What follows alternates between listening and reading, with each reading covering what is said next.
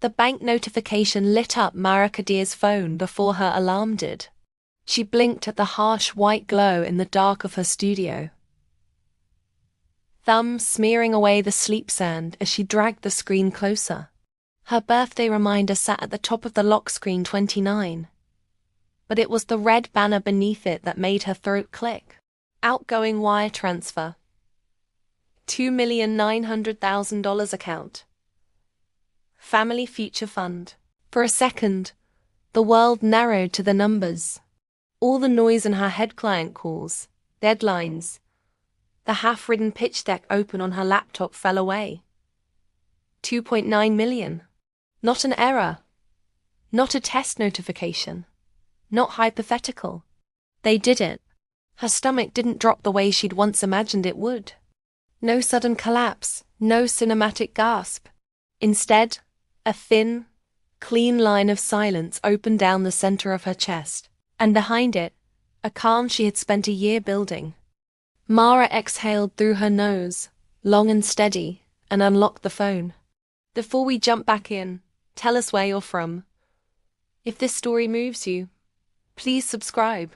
Tomorrow I have a special story for you. The details loaded slowly over the sluggish morning Wi-Fi.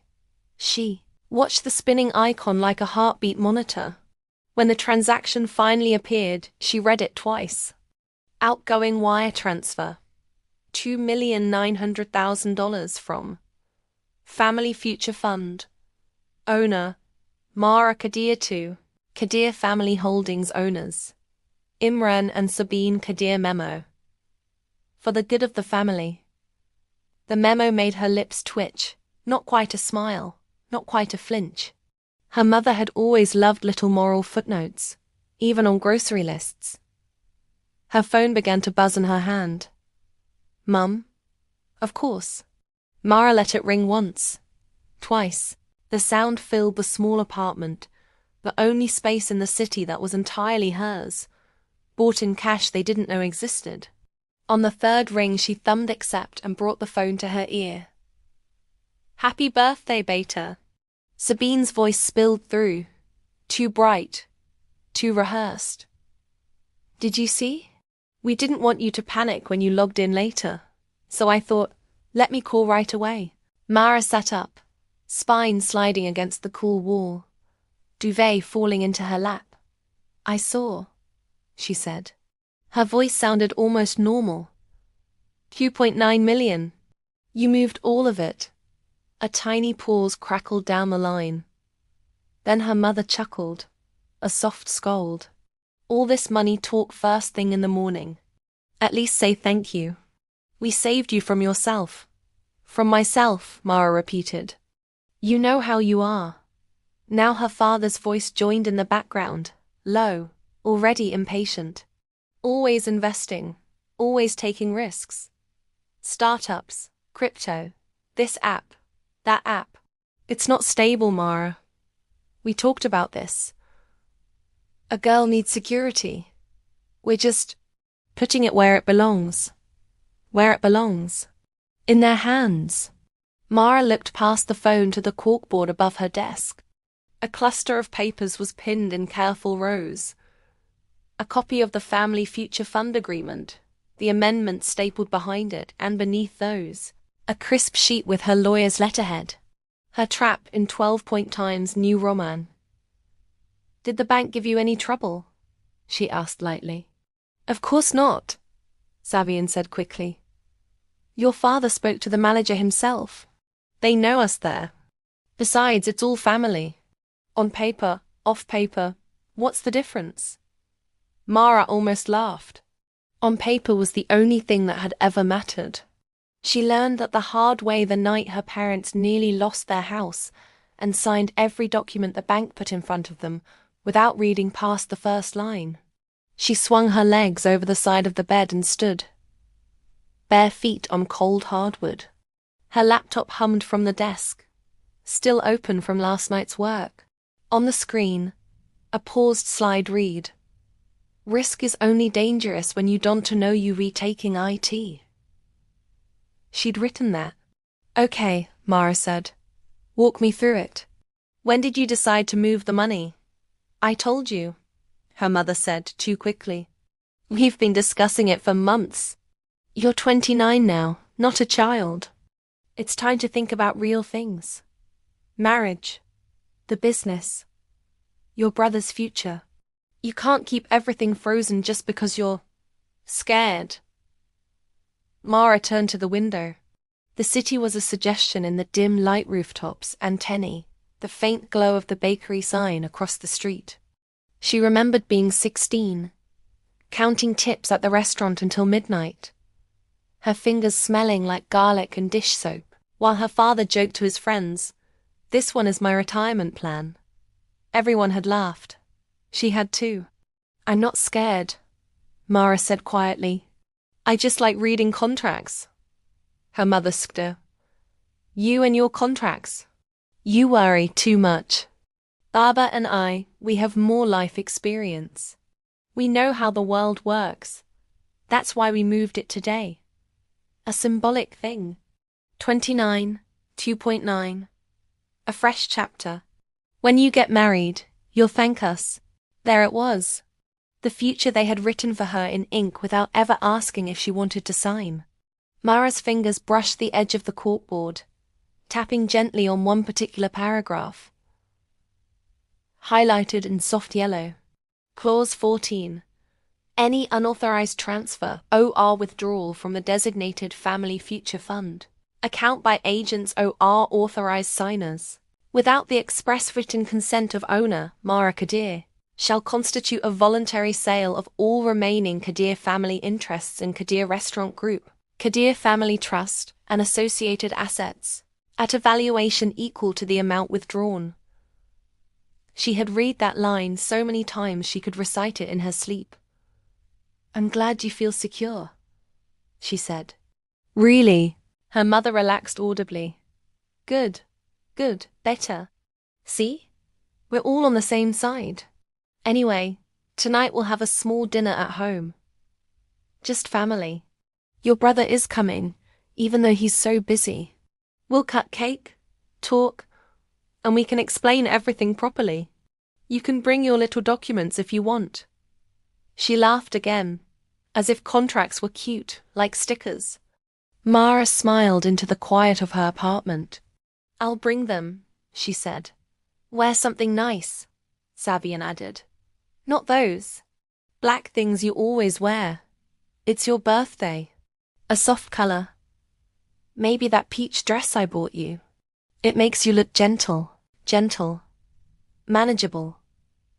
Less like a woman who read profit and loss statements for fun, and more like the daughter they wish they had.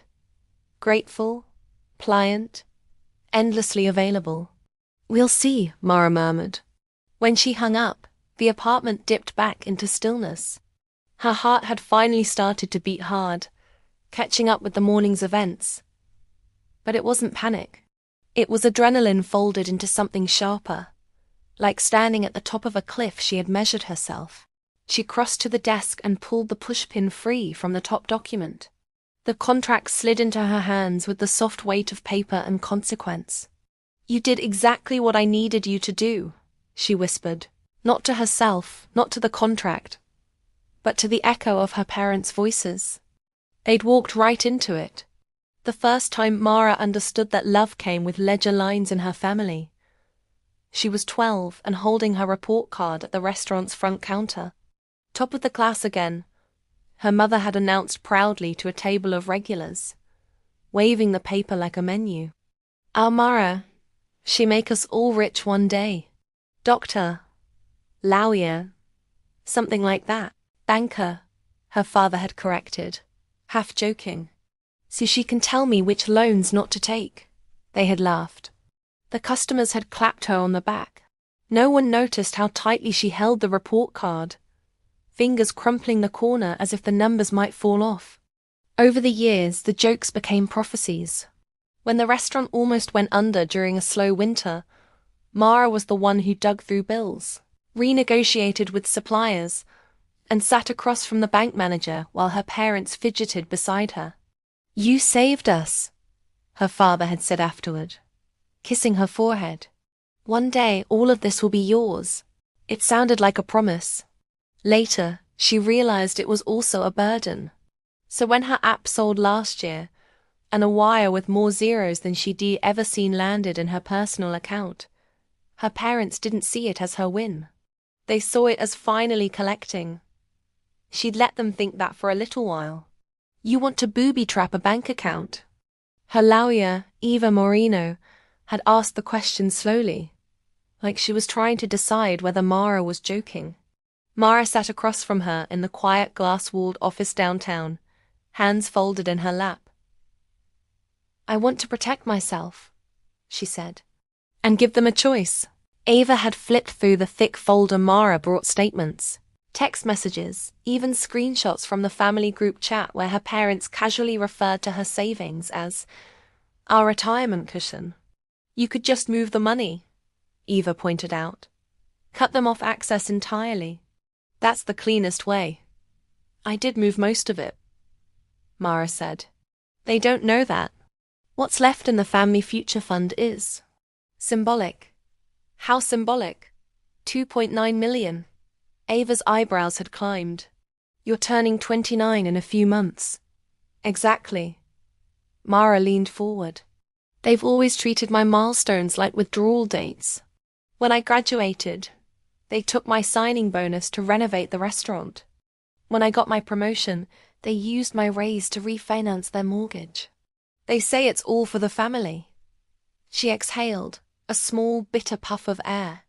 I just want to know, once and for all, what matters more to them. Control over me or a relationship with me. So you set up a test, Eva said slowly, that they can't pass without revealing their priorities. Mara nodded. Eva studied her for a moment. This is not a therapist's office, she said gently. I can't tell you if that's emotionally healthy. I can only tell you if it's legally sound. Is it? Ava's lips curved wryly. Oh, it's very sound. You're essentially giving them an option to cash out of the family assets. If they touch that account without your written consent, they're selling their shares and everything you bailed them out on. The restaurant, the house you helped save, the trust you set up for your brother's tuition. All of it reverts to you. And if they don't touch it, then nothing changes, Eva said. Except you'll know they chose you over the money. Mara had stared at the pen on the table. I don't think they will, she said softly. Choose me, I mean. Eva didn't offer false comfort. She just slid the pen across the table. Then you're not really trapping them, she said. You're just letting them reveal themselves on paper. Mara signed. Now, on the morning of her 29th birthday, the ink of that signature had finally turned into action. She moved through her apartment on autopilot shower, coffee, a piece of toast that tasted like cardboard in her dry mouth. Her phone buzzed steadily on the counter, a stream of notifications. Dad, we'll explain everything at dinner. Mum, don't stress yourself today. We did this for you. Brother, heard about the transfer. Don't be dramatic. Her brother's message made her pause. Mara stared at the 3 dots as he typed again. Brother, they're just making sure you don't blow it. You know how intense you get. Investments, giving away to charity, all that. Just chill tonight and listen. Once, that would have worked. Once, she would have felt the old, familiar shame curl around her spine. Too much. Too intense. Too her. Now she just felt tired. She opened her banking app and clicked into the family future fund. The balance flashed 0. Her chest tightened briefly, a ghost of grief, before she flipped to another screen. MQ Holdings, personal current balance. $7,480,000. And that was just one account. Her shoulders loosened. That was the other piece of this, that she had built something they couldn't touch. Months of quiet work, new structures and trusts. Diversification across accounts they didn't know existed. It wasn't about punishing them. It was about making sure that whatever they did today couldn't destroy her. Her phone buzzed again. This time it was a calendar reminder she had set with Ivor. Today, 10 a.m., bank meeting, trigger review. Showtime, Mara murmured. Before we jump back in, tell us where you're from. If this story moves you, please subscribe. Tomorrow I have a special story for you. The bank branch downtown smelled like polished wood and stale coffee. Mara sat in a glass cubicle with a view of the lobby, her contract folder neatly stacked in front of her. A young manager named Thomas perched across from her, fingers laced anxiously. I just want to confirm, he said, glancing again at the documents. We followed the instructions exactly as per the agreement you filed last month. You allowed the transfer, Mara said. Yes, as an internal move between related accounts to avoid arousing suspicion. Then, per clause 14, you notified legal, flagged both accounts, and initiated the ownership change on the assets tied to the family future fund. Thomas nodded, relief flickering. Correct. Our legal team has already updated the registry for the Kadir Restaurant Group and the property titles associated with the Kadir Family Trust. Your parents' shares have been transferred to you, effective at the timestamp of the unauthorized withdrawal. Mara's fingers remained still on her lap. Thomas looked at her like he was waiting for a reaction. A grin. A sharp comment, something. All she felt was a low, steady hum inside. Good, she said. And the funds they moved? Frozen for now, Thomas said. Standard procedure when a flagged transaction triggers this kind of clause. They'll still see the balance in their Kadir Family Holdings account, but they won't be able to move it further until the legal review is complete. So, as far as they know, Mara said softly, they think they've taken everything from me. Thomas hesitated. Yes, and in reality, a new voice said from the doorway, warm and dry, they've just sold you their shares in a profitable restaurant and a fully paid-off house for $2.9 million. Eva stepped into the cubicle, shrugging off a light coat, her briefcase in hand. She nodded to Thomas, who all but wilted in relief and excused himself. She slid into the chair beside Mara. Happy birthday, she said. Mara huffed a small laugh. This is not how I pictured my birthday as a kid. How did you picture it? Cupcakes in the restaurant kitchen, Mara said. Dad pretending the oven timer was a surprise alarm. Mom insisting I make a wish about the family business going global. I thought that meant we were a team. She looked down at the papers. Turns out I was the plan, not part of it. Eva studied her profile. How are you feeling? Not the legal answer, the actual one. Mara considered. Sad, she admitted, and weirdly relieved. I've been waiting for this shoe to drop since the wire hit my account last year. Every time my phone buzzed, I wondered if it was them asking for another temporary loan that never gets repaid. And now? Now I know, Mara said. No more wondering. No more bargaining with hypothetical parents in my head. Eva nodded. And tonight? Tonight I show them the papers, Mara said. I tell them exactly what they chose. And then... She swallowed. Saying it out loud made it more real than any contract ever could. Then I stopped letting them use my love as collateral. Ava's expression softened. Do you want me there? No, Mara shook her head. This started in our house. It should end there. Besides, if you're there, they'll act like this is all your fault. The lawyer turned our daughter against us. She mimicked her mother's dramatic sigh perfectly. You do a terrifying impression, Eva said dryly. Mara smiled, a small, crooked thing. It's a family trait. Eva gathered the papers into a neat stack. Text me when you're done. Not because you owe me a report. Just so I know you're okay. I will. As Mara left the bank, the winter sun had finally climbed high enough to brush the tops of the buildings, painting the glass in hard, bright light.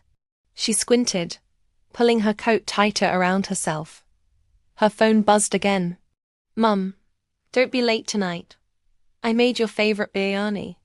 We'll talk everything through as a family." A beat later. "Dad, don't come with an attitude. This is already stressful enough." Her thumb hovered over the keyboard. "Be there at 7, she typed. "I'll bring dessert." She didn't mention the stack of contracts that would be in the same bag as the cake. By evening, the familiar hallway to her parents' apartment felt smaller than Mara remembered. The walls were lined with old photographs.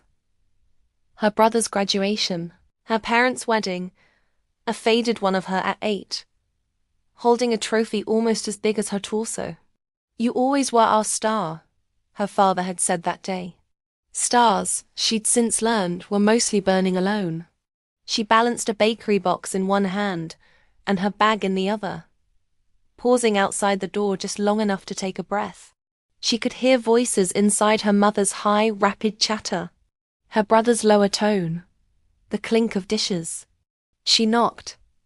The door swung open almost immediately. Her mother stood there in a pressed shalwar kameez the color of pale roses, lipstick perfect, eyes already shiny with preemptive emotion.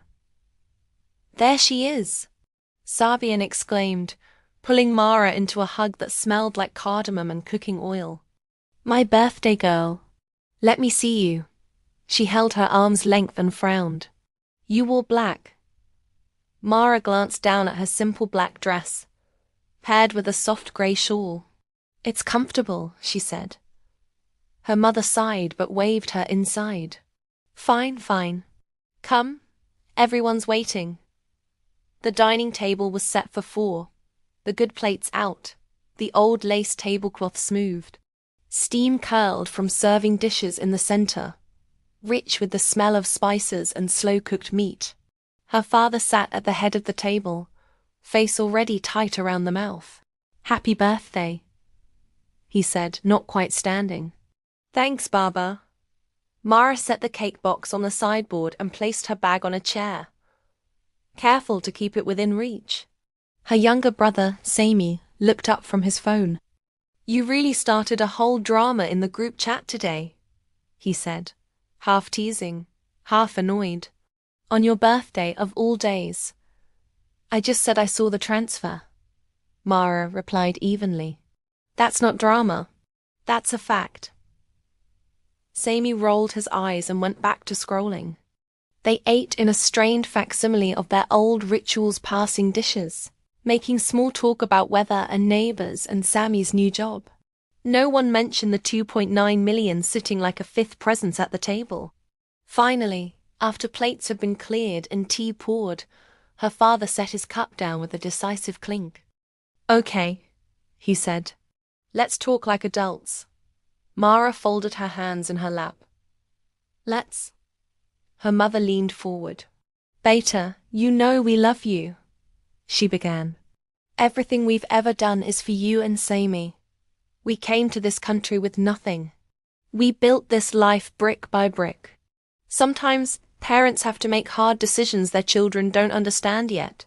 Mara waited.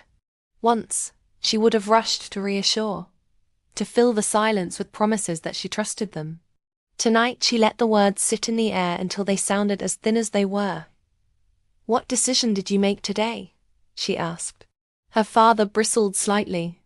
"We moved the money to a safer place," he said. "That account was just sitting there. You're always traveling, working late, giving donations. It's not responsible. This way we can manage it properly. Invest in the business. Prepare for your wedding. Help Sami with a down payment one day.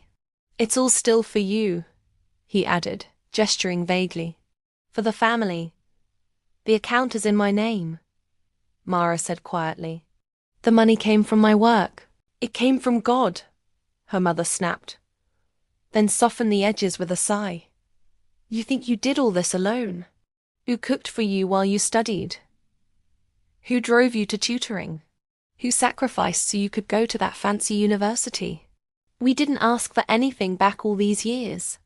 Now, when we make one decision for the household, you act like we robbed a stranger. Mara's chest ached. The words were familiar. She could almost lip-sync them. She had heard this speech in different outfits since she was old enough to count. "This isn't about not giving back," she said. "I've been giving back my whole life. My signing bonus, my promotions, the endless temporary transfers. When the restaurant was failing, I worked double shifts and renegotiated your loans. When the house was in trouble, I wrote the check that saved it. I'm not arguing about whether I owe you gratitude." "Then what?" her father demanded. "What is this fight?"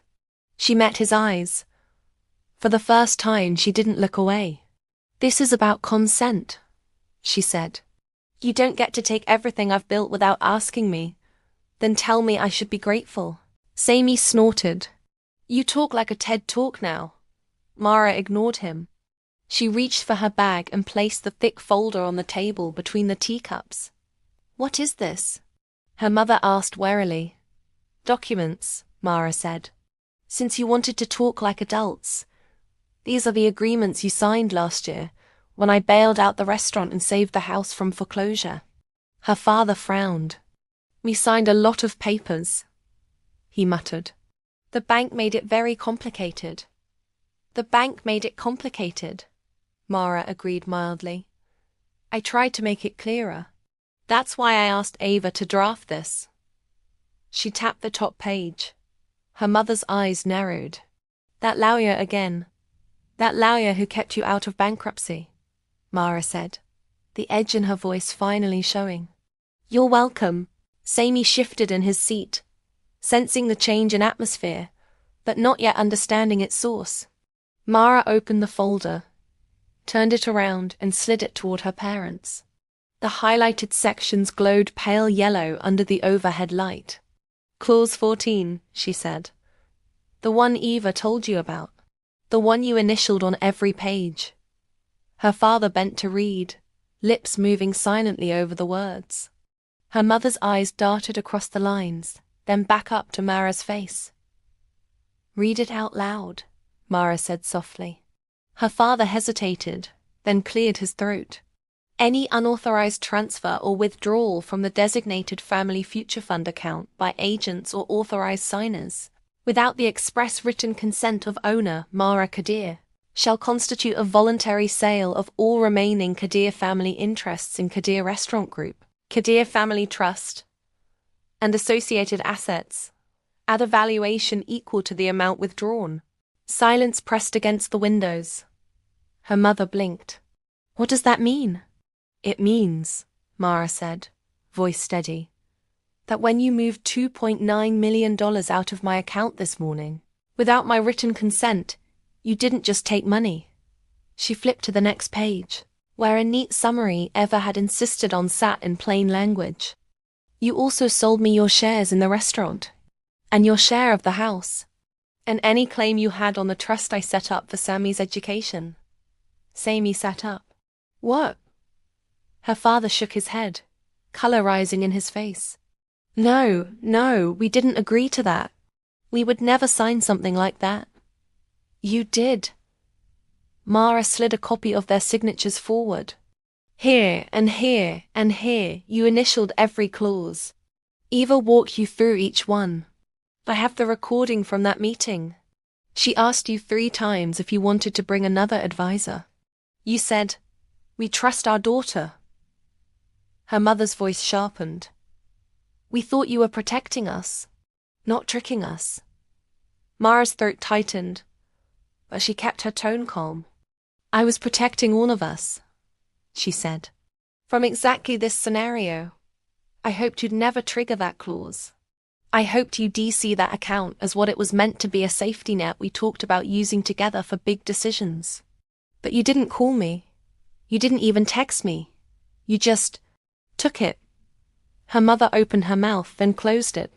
"You talk about sacrifice," Mara continued quietly, "that you never noticed whose future you were sacrificing. When I was 16, you cashed my scholarship check to pay the restaurant's back rent. When I was 22, you took my first bonus to cover Sammy's tuition because he forgot a deadline. Every time I said nothing, I told myself it was family. That love meant saying yes even when it hurt. Her eyes burned, but she didn't let the tears fall. Not tonight.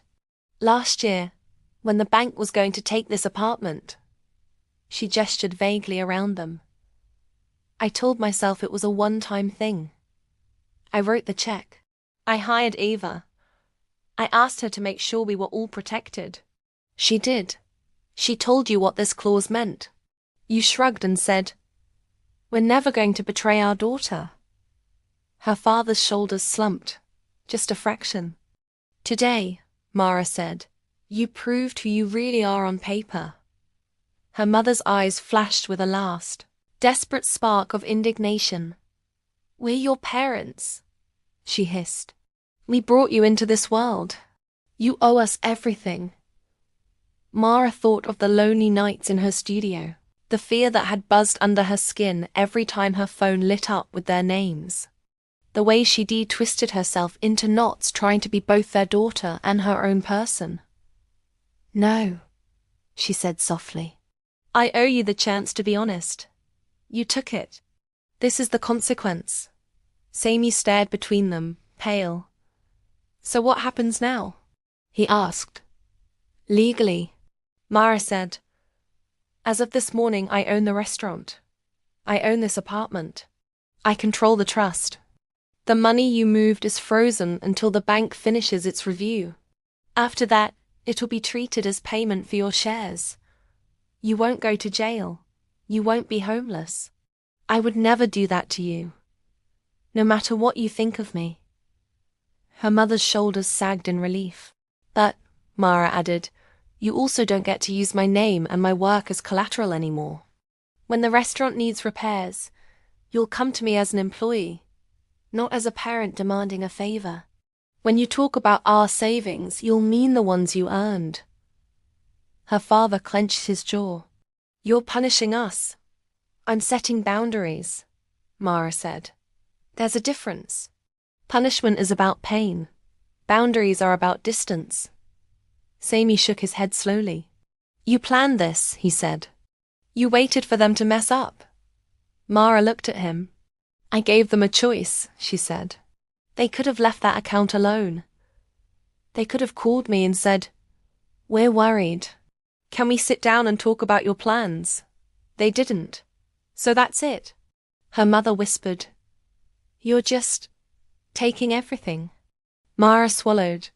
There was a part of her, the child who used to fall asleep on the restaurant's back couch, the sound of her parents' laughter that wanted to say no, that wanted to tear up the contracts and pretend this morning never happened. That part had kept her small for 29 years. "No," she said. "I'm not taking everything. I spoke to Ava. I'll put the restaurant's title in a new structure. You'll keep your jobs. You'll be paid a salary. You'll have health insurance, retirement contributions. All the things you never gave yourselves because you thought I would be your safety net." Her father blinked. "And this apartment," she added, "you can stay in it for a year, rent-free. After that, we'll revisit.